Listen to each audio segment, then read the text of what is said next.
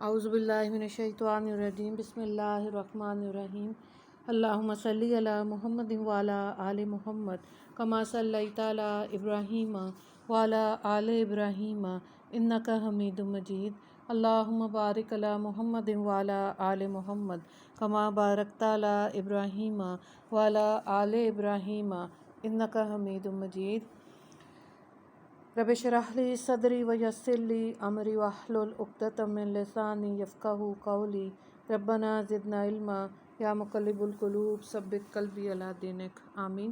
سورہ توبہ کا رکوع نمبر 6 ہم آج کریں گے اور یہ پارہ نمبر 10 میں ہے، تو آیت نمبر 38 سے دیکھیں۔ یا ایھا الذین آمنوا ما لکم اذا قیل لکم انفروا فی سبیل اللہ ثاقلتم الی الارض ارضیتم بالحیاۃ الدنیا من الآخرۃ فما متاع الحیاۃ الدنیا فی الآخرۃ الا قلیل۔ اے ایمان والو، تم لوگوں کو کیا ہوا کہ جب تم سے کہا جاتا کہ اللہ کی راہ میں نکلو تو تم زمین کو لگ جاتے ہو؟ کیا تم نے آخرت کے عوض دنیاوی زندگی پر قناعت کر لی؟ سو دنیاوی زندگی کا فائدہ تو کچھ بھی نہیں، بہت قلیل ہے۔ الا تنفروا يعذبكم عذابا أليما ويستبدل قوما غيركم ولا تضروه شيئا والله على كل شيء قدير۔ اگر تم نہ نکلو گے تو اللہ تعالیٰ تم کو سخت سزا دے گا اور تمہارے بدلے دوسری قوم پیدا کر دے گا، اور تم اللہ کو کچھ تکلیف نہ پہنچا سکو گے، اور اللہ کو ہر چیز پر پوری قدرت ہے۔ یہاں پہ غزوہ تبوک کے بارے میں آ رہا ہے۔ تبوک ملک شام میں ایک مقام ہے جو مدینہ کے شمال میں سرحد شام پر واقع ہے۔ شام اس وقت عیسائیوں کی رومن سلطنت کا ایک صوبہ تھا۔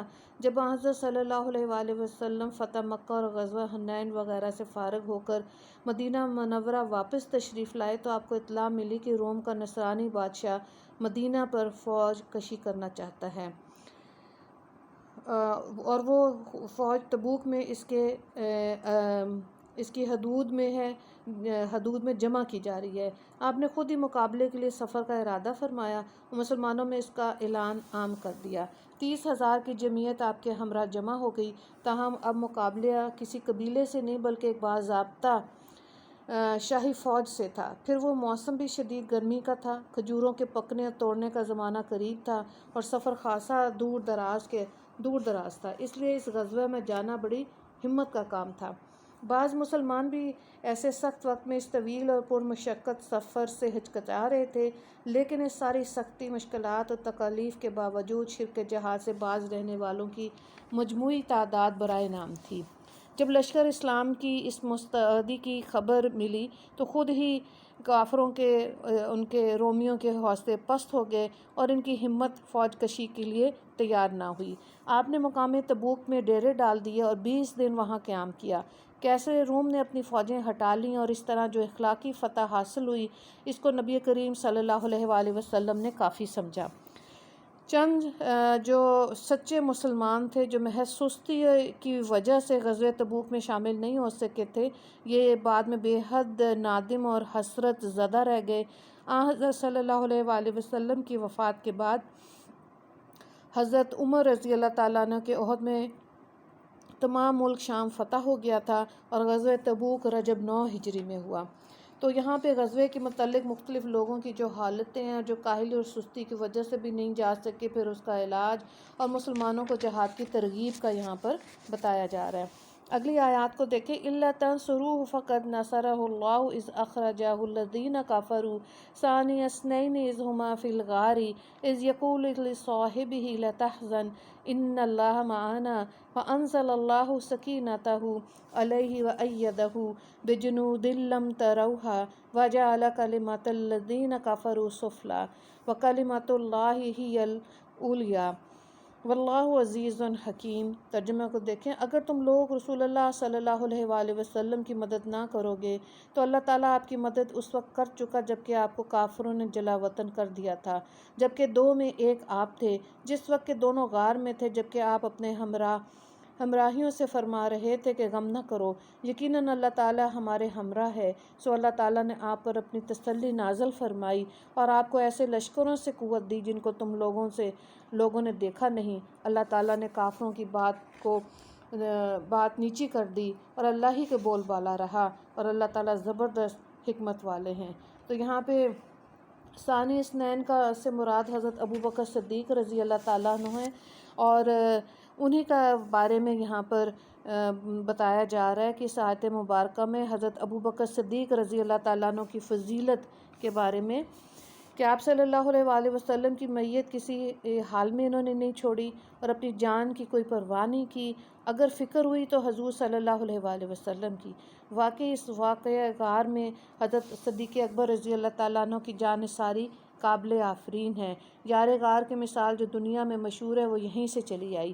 جو شخص غم گساری کا حق ادا کرے اور اس کی محبت اور اخلاص انتہا کو پہنچ جائے تو ایسے مخلص کو محاورے میں بھی یار غار کہتے ہیں۔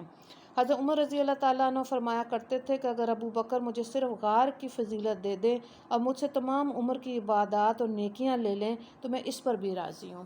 تو یہ واقعہ آپ کو پتہ ہے کہ غار ثور میں دشمنوں سے پناہ لینے کے لیے غار میں تھے، اور تمام جو غار کے اندر سوراخ تھے اس میں حضرت ابو بکر صدیق رضی اللہ تعالیٰ عنہ نے اپنا کپڑا سے بند کر دیا تھا۔ صرف ایک غار پہ ایک سوراخ پر ان کا نہیں کر سکے، اس پہ انہوں نے اپنا پاؤں رکھ دیا تھا، اور وہاں سے ہی سانپ نے انہیں ڈسا تھا، جس کو بعد میں آپ صلی اللہ علیہ وآلہ وسلم نے اپنے لعاب سے زخم پہ نشان لگایا، لعاب لگایا تھا تو آپ کو شفا ہو گئی تھی۔ آگے دیکھیں، انفروا خفافا وثقالا وجاہدوا باموالکم وانفسکم فی سبیل اللہ ذالکم خیر لکم ان کنتم تعلمون لو کان عرضا قریبا وسفرا قاصدا لاتبعوک ولکن بعدت علیہم الشقہ وسیحلفون باللہ لو استطعنا لخرجنا معکم یہلکون انفسہم واللہ یعلم انہم لکاذبون۔ نکل پڑو تھوڑے سامان سے اور زیادہ سامان سے، اور اللہ کی راہ میں اپنے مال اور جان سے جہاد کرو، یہ تمہارے لیے بہتر ہے اگر تم یقین رکھتے ہو۔ اگر کچھ لگتے ہاتھ ملنے والا ہوتا اور سفر بھی معمولی سا ہوتا تو یہ لوگ ضرور آپ کے ساتھ ہو لیتے، لیکن ان کو تو مسافت ہی دور دراز معلوم ہونے لگی، اور ابھی خدا کی قسمیں کھا جائیں گے کہ اگر ہمارے بس کی بات ہوتی تو ہم ضرور تمہارے ساتھ چلتے۔ یہ لوگ اپنے آپ کو تباہ کر رہے ہیں اور اللہ جانتا ہے کہ یہ لوگ یقیناً جھوٹے ہیں۔ یہاں پر غزوہ تبوک کی تیاری کے لیے آزمائش کی بات آ رہی ہے۔ صحابہ کرام نے جو آپ صلی اللہ علیہ وآلہ وسلم پہ فدا تھے، انہوں نے سخت موسم کی اور لمبے سفر کی پرواہ نہیں کی تھی، اور جو کاہلی اور سستی میں رہ گئے ان کا ذکر بھی آگے آئے گا۔ رکوع نمبر 6 کے جو سوالات ہیں ان کو دیکھیں۔ غزوہ تبوک کا واقعہ اپنے الفاظ میں لکھیں۔ ثانی اثنین سے کون سے صحابی مراد ہیں، اور اس کی آیت نمبر جو ہے وہ ہے 40۔ اس آیت میں کس صحابی کا واقعہ ہے تفصیل سے لکھیں، یہ آیت نمبر 40 ہی ہے۔ اس میں دعا کر لیتے ہیں۔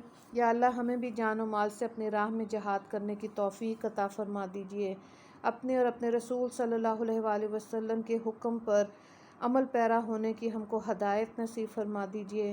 اس وقت جہاں جہاں کفر و اسلام میں مقابلہ درپیش ہے، مجاہدین اسلام اور اسلامی لشکر کو اپنی تائید و نصرت سے فتح یاب اور غالب فرما دیجیے۔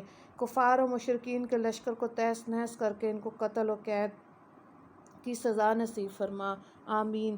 وآخر دعوانا الحمد للہ رب العالمین۔ اللہم اغفر لی مسلمین والمسلمات والمؤمنین والمؤمنات۔ السلام علیکم ورحمۃ اللہ وبرکاتہ۔